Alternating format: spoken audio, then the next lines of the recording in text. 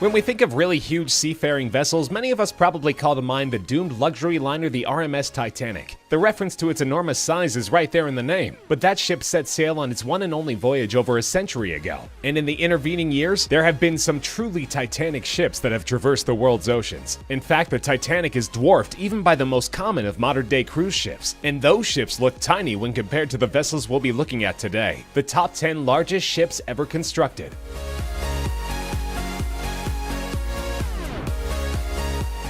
For reference, a ship's size is measured using a specific set of specifications. Of course, these generally include length and width, often referred to as beam, but also taken into consideration is tonnage, which can be measured in several different ways and is not always a measurement of the ship's actual weight. For our purposes here, we'll be looking mainly at gross tonnage, which is a standard measurement and related to the overall interior volume of the ship. By way of comparison, the mighty Titanic measured 882 feet long by 92 feet wide, with a gross tonnage of 46,328 tons. Impressive, but not even close to the specifications of the first and smallest ship on our list, the MS Vale Brazil, owned by the Brazilian firm Vale. The ship is the largest bulk carrier in the world. Construction on the vessel was completed in 2011, and it was designed for transporting iron ore from Brazil to Asia, capable of hauling enough steel at one time to construct 3 Golden Gate bridges. The MS Vale is 1,188 feet long and has a width or beam of 213 feet, with a gross tonnage rating, or GRT, of an astonishing 198,980 tons, well over 4 times the GRT of the Titanic. Vale is still in service, cutting an imposing figure along the waves of the Atlantic, but its route is highly strategic. Due to Chinese maritime laws, it is unable to enter Chinese ports, as it is simply too heavy. Distribution ports in the Philippines and Malaysia allow its cargo to reach destinations within China.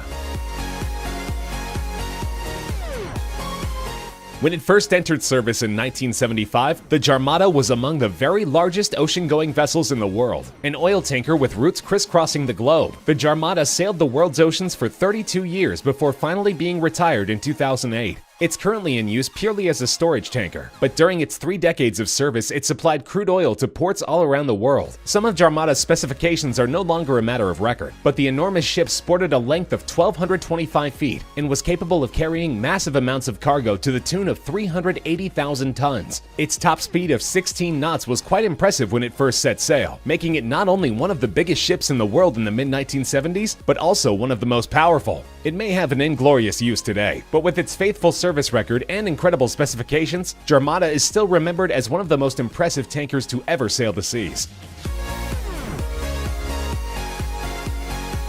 Of course, mighty as it was, the Jarmada-class vessel wasn't the only insanely huge oil tanker navigating the world's oceans in the 70s. The Globetic Tokyo Supertanker first set sail in February of 1973 and distributed oil around the world for 13 continuous years. Its 1,243-foot length, longer than 4 football fields put end-to-end, and 203-foot beam made it a sight to behold, as did its distinctive black and red color scheme. Globetic Tokyo could also cruise along comfortably at a speed of 16 to 17 knots, especially impressive considering its gross tonnage rating of 238,232 tons, about 5 times that of Titanic, and deadweight tonnage or capacity of 484,000 tons, over 100,000 tons more than the Jarmada class. The Globetic Tokyo was scrapped in 2003, but at the time it first touched water, it held the title of the largest supertanker in the world. Its sister ship, the Globetic London, which set sail in 1973, had identical length and beam specifications, but amazingly, it could hold quite a bit more weight, with a capacity rating which exceeded the Tokyo by a respectable 276 tons. The TI class of supertankers, constructed by shipbuilder Tanker International LLC, may not technically be the longest or largest ships in the world in terms of sheer size, but when it comes to gross tonnage, they rule supreme. There are 4 currently in various types of service around the world: the TI Africa, TI Asia, TI Europe, and TI Oceania, although 2 are currently being used as moored storage vessels. Their massive GRT of 234,006 tons is currently tops among active vessels, and on top of that, they are among the most aesthetically pleasing oil tankers ever built. The TI class 16 to 18 knot top speed goes a long way toward maximizing its earning capacity, but its eye-popping size also means that there are some waterways which it simply cannot navigate. For example, the Panama Canal is off limits, as the ship is too wide to fit through its recently built locks, and when fully loaded, the Suez Canal is a no-go as well. But the vessels are also notable for their wealth of high-tech features and sensible dual-hull design, which minimizes the chance of a catastrophic oil spill in the event of a hull breach. The TI class checks in with a length of 243 feet and a beam of 223 feet.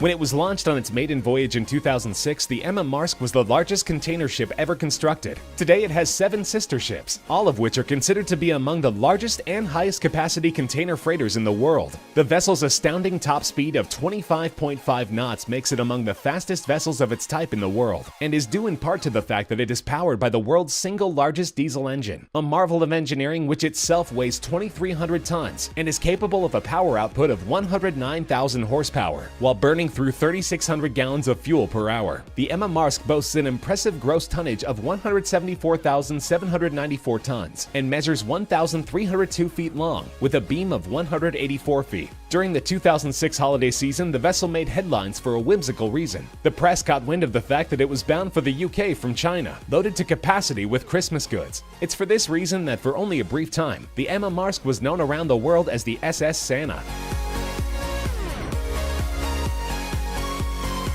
The Esso Atlantic and its sister ship, the Esso Pacific, were 2 of only 7 ships in all of maritime history to carry a capacity rating of over 500,000 tons. Beginning service in 1977, the supertankers plied the world's waters for 25 years before they were decommissioned and scrapped in 2002. The tanker's immense size meant that not only were the Panama and Suez canals off limits, but the English Channel as well. They sported gross tonnage ratings of 259,532 tons, and both clocked in with a length of 1,333 feet and a beam of 233 feet. Their relatively slow top speed of about 15 knots is understandable, considering that these gargantuan vessels were both powered by single-propeller steam turbine engines, practically unheard of among today's modern tankers. Even though they long ago met their ultimate fates, the Esso Atlantic and Esso Pacific were widely recognized in their time for their sterling service records, and they will long hold their places in maritime history as 2 of the highest capacity tankers ever built.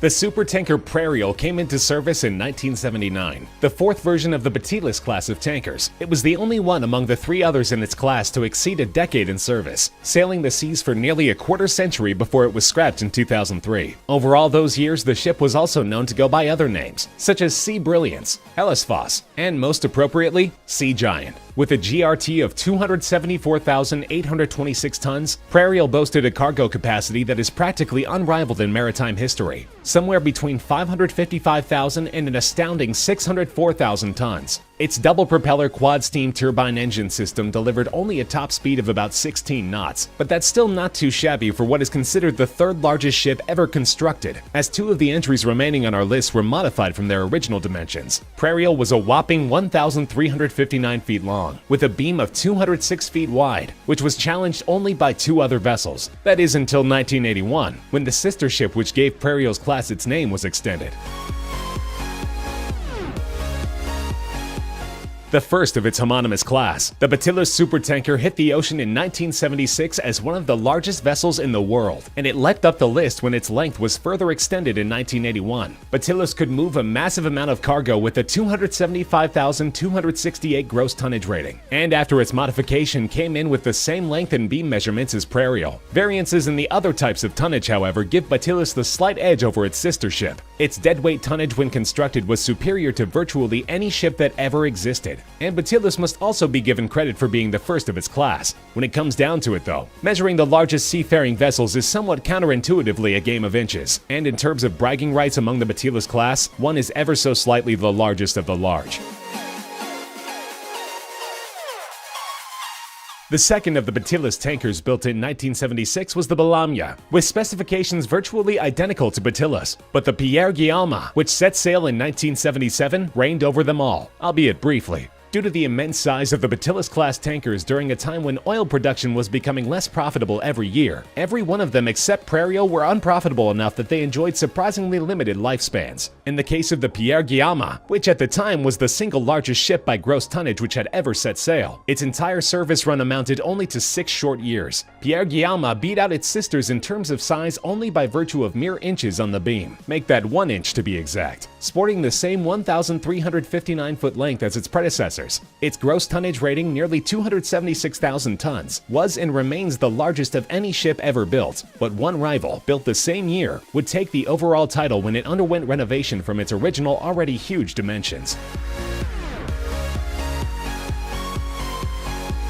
The supertanker Seawise Giant has a colorful history befitting the all-time size champion of ocean-going vessels. The ship was contracted in 1979 by a Greek business mogul, who for reasons that remain unclear refused to take delivery. And as you might imagine, it took a while to find a replacement buyer with pockets deep enough to even begin negotiations. Eventually, the gigantic ship was sold to the owner of a Hong Kong firm, who inexplicably decided that it needed to be even larger. After a retrofit that lengthened and widened it considerably, and increased its capacity by 140,000 tons, the ship clocked in at a ridiculous 1,504 feet in length, smashing the Batillas class by nearly half the length of a football field. Its beam rating of 225 feet was also by far the largest ever, with a respectable gross tonnage rating of 260,941 tons. Seawise Giant was put into service transporting crude oil between the US and the Middle East, and it was in the performance of that duty in 1988 that the tanker came under attack by Iraqi bombers and was sunk.